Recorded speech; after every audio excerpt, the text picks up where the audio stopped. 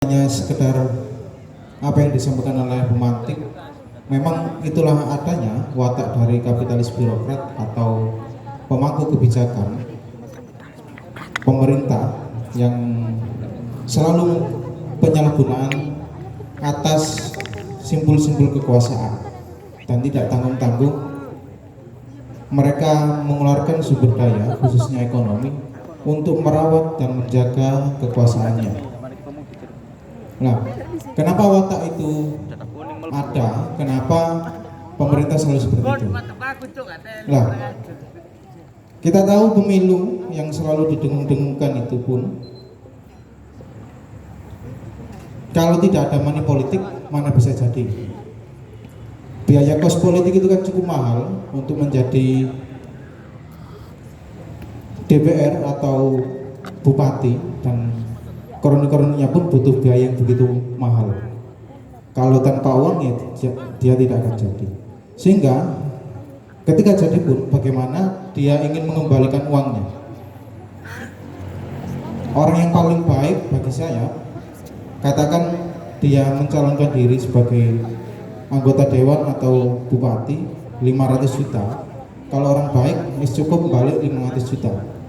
Tapi yang ada adalah ada nilai lebihnya, ada tambahan lebihnya. Sehingga yang terjadi otomatis program-program yang mereka lakukan bagaimana kembali kepada mereka. Nah, sehingga korupsi yang ada itu kan seakan-akan menjadi hal yang lumrah, karena persoalannya adalah demokrasi liberal yang ada atas persoalan sistem itu. Nah, korupsi ini kan bukan atas persoalan moral atau orang tersebut tidak tahu, tidak memahami persoalan agama, tetapi sistem politik demokrasi liberal yang dirawat, yang dijaga sampai saat ini, sehingga menjadikan korupsi itu sampai sekarang ini, sampai di tingkatan desa, lah, sampai di tingkatan pusat, sampai di tingkatan daerah. Kalau dulu di era Soeharto terpusat, kemudian pasca reformasi ada otonomi daerah, sehingga menjadikan korupsi itu semakin mengakar. Ya, sebelum saya bertanya, saya ingin mengulas kembali bahwasanya persoalan yang dihadapi di Kabupaten Gresik ini pun tidak serta-merta berdiri sendiri, tetapi ada garis instruksi yang memang ada di negara kita secara hierarkinya. Nah, persoalan pendidikan pun, kalau ngomong pendidikan, sejauh mana pemerintah Kabupaten Gresik terlepas dari undang-undang yang ada, baik undang-undang Sidiknas, kemudian undang-undang pendidikan tinggi nomor 12 tahun 2012. Begitupun dengan pertanian. Di pertanian ada petani yang selalu dihadapkan dengan perampasan tanah nomor 2 tahun 2012, konsinyasi pengadaan tanah untuk kepentingan umum. Kemudian di perburuan, bagaimana pemerintah mampu melawan dari PP 78, upah buruh tidak boleh lebih dari 10%. Kemudian investor yang tidak masuk di Kabupaten Gresik. Nah, padahal investor selama ini tidak mampu mensejahterakan rakyat. Buktinya sejak adanya Undang-Undang Penanaman Modal Asing nomor 1 tahun 67 sampai sekarang pun tidak mampu mensejahterakan rakyat itu sendiri. Nah, kemudian besok ini kan menjelang pilgub pemilihan bupati. Kalau kita melawan rezim, bagiku ya tidak hanya lokalistik sebenarnya persoalan ini, tetapi ada historis dan ada hierarki yang menjadikan persoalan di Kabupaten Gresik ini angka pengangguran yang begitu tinggi juga. Kalau kita hanya lokalistik, maka kita akan terjebak bahwasanya ini terjadi di Kabupaten Gresik dan tidak ada di kabupaten lain. Bahwasanya persoalan di kabupaten lain pun sama persoalan-persoalan itu. Nah, kemudian apa yang menjadi solusi ketika kita ngomong persoalan menolak lupa, kemudian besok menjelang pilgub, apa yang menjadi solusi atas kondisi masyarakat ini? Setahuku tidak ada kebaikan yang diberikan oleh pemerintah apapun. Baik besok pemimpinnya ganti ataupun sama, bagiku kondisi rakyat akan semakin tercekik sama saja. Karena sistem bangunan sistem yang dibangun adalah budaya feodalistik dan menghamba pada kekuatan modal. Sekian, terima kasih. Oke, jadi pertanyaan pertama ini tentang solusi dari menolak lupa ya. Jadi saya ambil kesimpulan begitu untuk pertanyaannya. Jadi monggo dari narasumber yang menjawab. Ya. Terima kasih Bapak Moderator. Kita beri aplaus dulu pada pertanyaan tadi ya. Kayaknya mahasiswa lagi. Karena berbicaranya terkait dengan kapitalistik dan feodalistik. Yang itu kemudian yang saya tangkap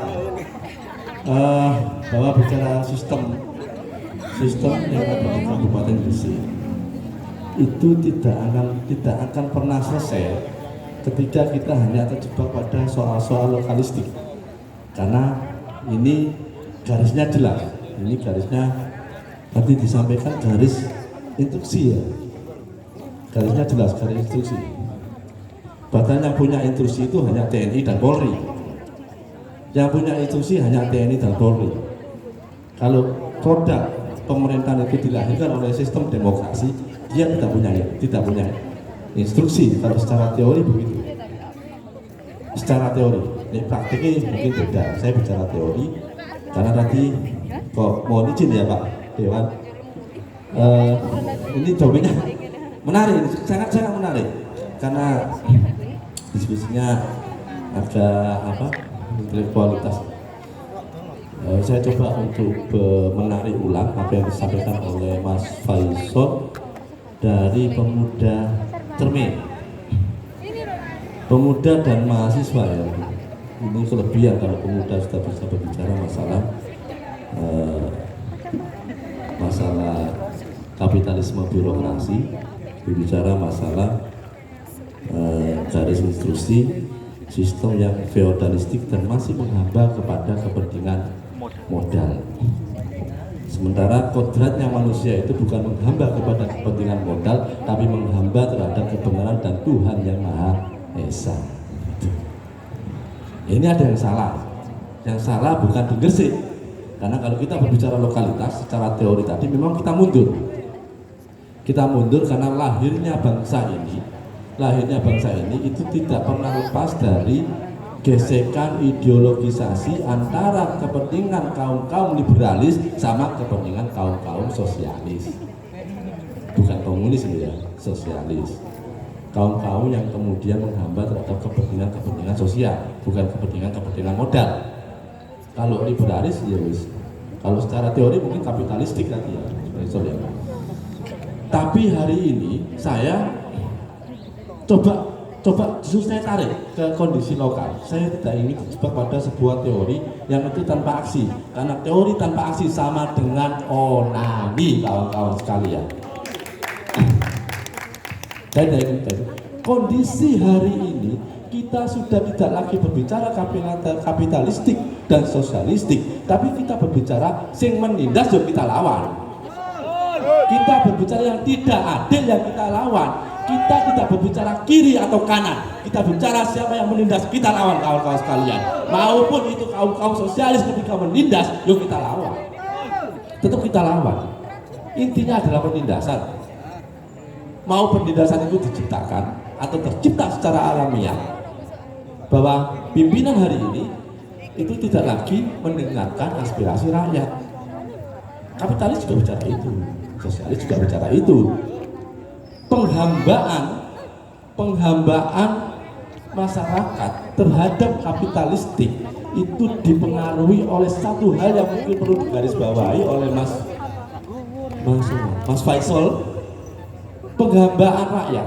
Penghambaan itu adalah rakyat lebih mengagung-agungkan. Itu penghambaan. Itu dipengaruhi oleh satu hal yang namanya atmosfer sosiologis. Atmosfernya ini berpengaruh. Maka akan menjadi berbeda penghambaan rakyat yang ada di Jombang dengan penghambaan rakyat yang ada di Gresik, karena atmosfer kita berbeda. Atmosfernya ini perlu dipengaruhi, atmosfer psikologis. Dari Gresik itu wajar, orang menghamba terhadap kepentingan kapitalisme wajar. Kenapa? Karena kita dikelilingi oleh industrialisasi yang wataknya adalah watak penjajah, itu wajar. Kita dikelilingi oleh atmosfer industrialisasi. Atmosfer ini yang kemudian yang secara teori dinamakan atmosfer psikologi, gitu. Maka menjadi beda ketika nang Jombang, ketika di Madiun, ketika di Nganjuk. Di sana orang kondang kuliah oleh menilik dak, lek lulus ndang ngajar loh. Dikon ngajar, ya kan? Tapi dikasih ndang kuliah, ndang lulus, menilik lulus dadi yo kerja nang pabrik. Jadi apa? Jadi guru, jadi budak, iya kan? Itu atmosfer psikologi. Nah, kita tidak berbicara itu.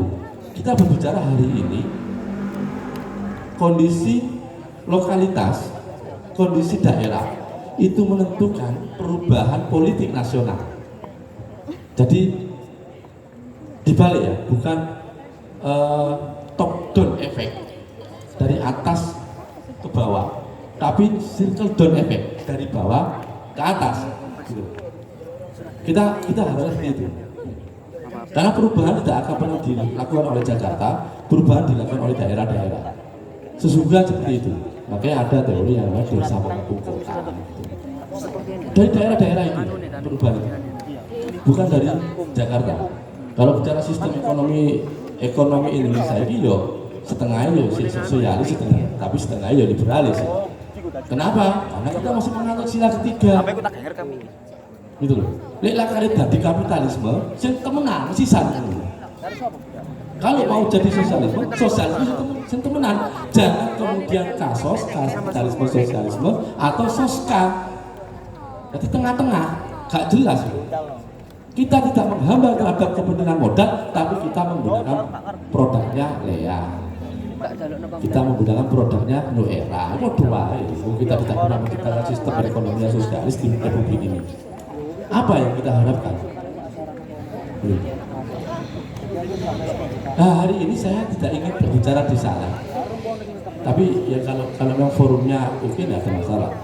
Hari ini saya lebih cenderung bahwa sosialistik maupun kapitalistik, ketika dia berkuasa atas kondisi sosial yang ada, maka dia akan menjadi juntai. Dia akan menjadi penguasa baru. Dan logika rasional sebuah negara ketika dia menjadi penguasa, alat penindas yang dia lakukan adalah TNI, Polri, kekuatan militer. Itu alat penindasnya, gitu. Alat penindasnya ini yang dilakukan. Siapa yang membiayai ini? Pemilik modal. Ini sudah logika manusiawi, karena sesungguhnya manusia itu yo ono watak penindasnya. Tapi faktanya hari ini penindasan ini secara sistemik yang ada di Kabupaten Gresik. Saya juga tidak tahu apakah wataknya Pak Sambari Kosim ini liberalis. Jadi ngomongi liberalis kok yo ya apa sih sosialis juga lah ya, masih santunan anak yatim ya, kadang-kadang lah di panggung ya nyawer guys ini. Ya santunan kan udah berbagi rezeki lah. Buat wadai opo kan sah-sah saja. Walaupun sekarang tidak muslim ya salaman kan belum. Tapi dia berbagi, bahkan berbagi umroh teman-temannya, ada yang budal umroh pengajian. Itu bukan tidak dimiliki watak itu oleh kaum liberalis, kaum berjuang lokal, tidak dimiliki. Maka hari ini ketika berbicara teori kiri dan kanan, maka hari ini kelompok-kelompok liberalis, kelompok-kelompok kapitalis sudah merubah wujudnya menjadi kapitalisme yang sok sosialis. Itu yang terjadi teman-teman sekalian.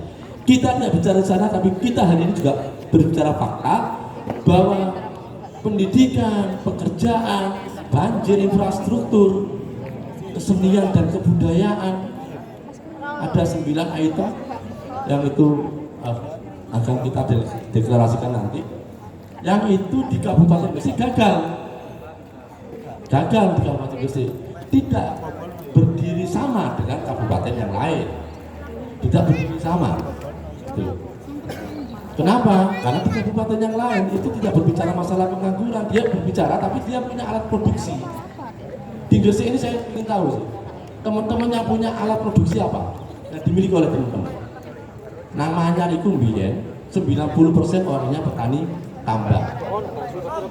Tambak ini alat produksi, teman-teman sekalian. Salah satu alat produksi yang dimiliki oleh rakyat adalah tambak.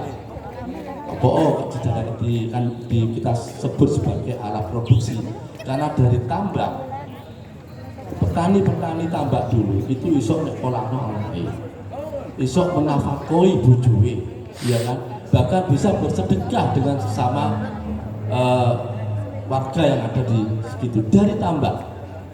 Tapi ketika alat produksi ini diambil oleh kepentingan kapitalisme, bahasanya Mas Faisal tadi, maka dia tidak punya alat produksi, biayanya wis pokoknya sampai sekian miliar ditunggu sama kapitalisme.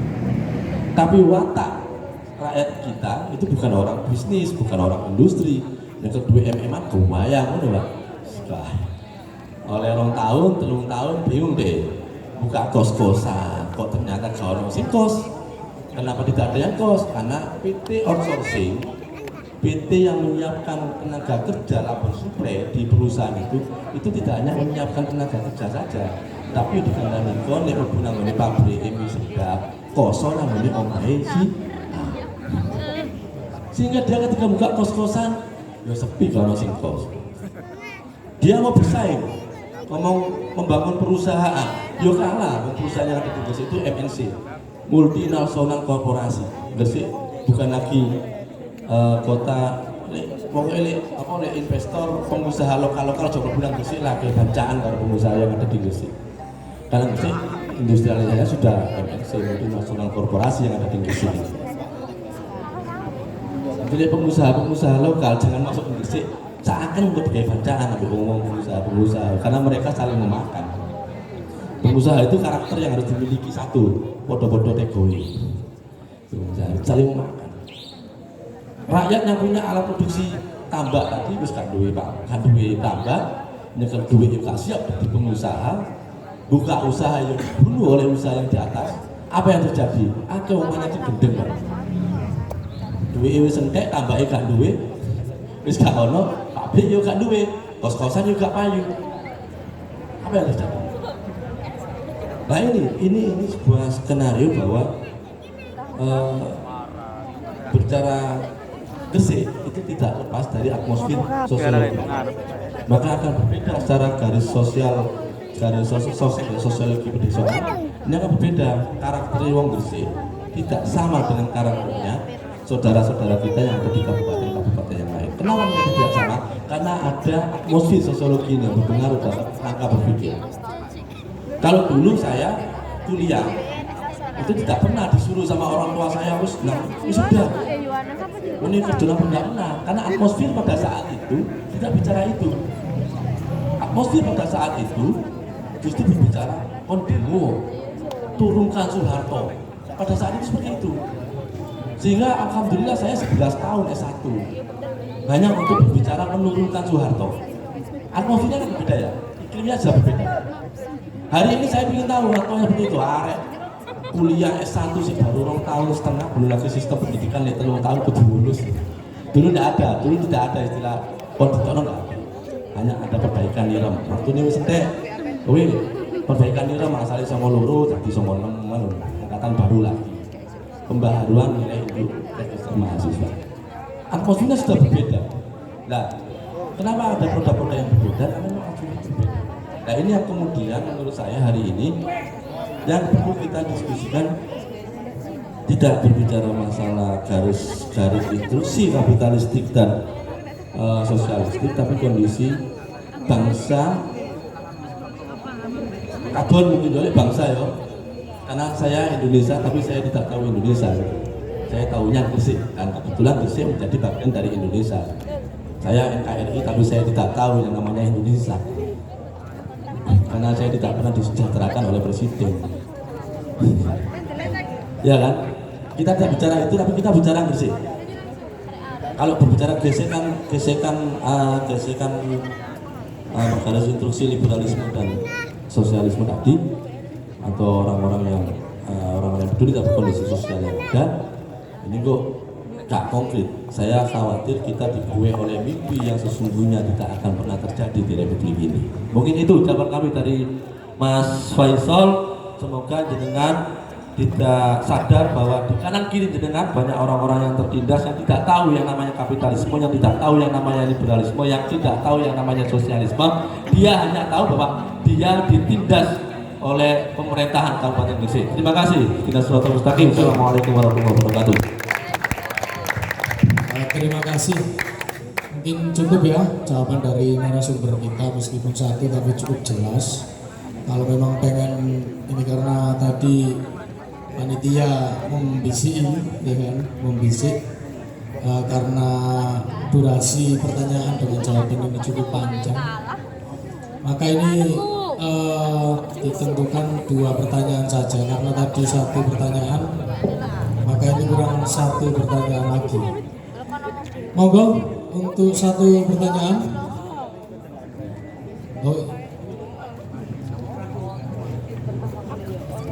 Assalamualaikum warahmatullahi wabarakatuh. Saya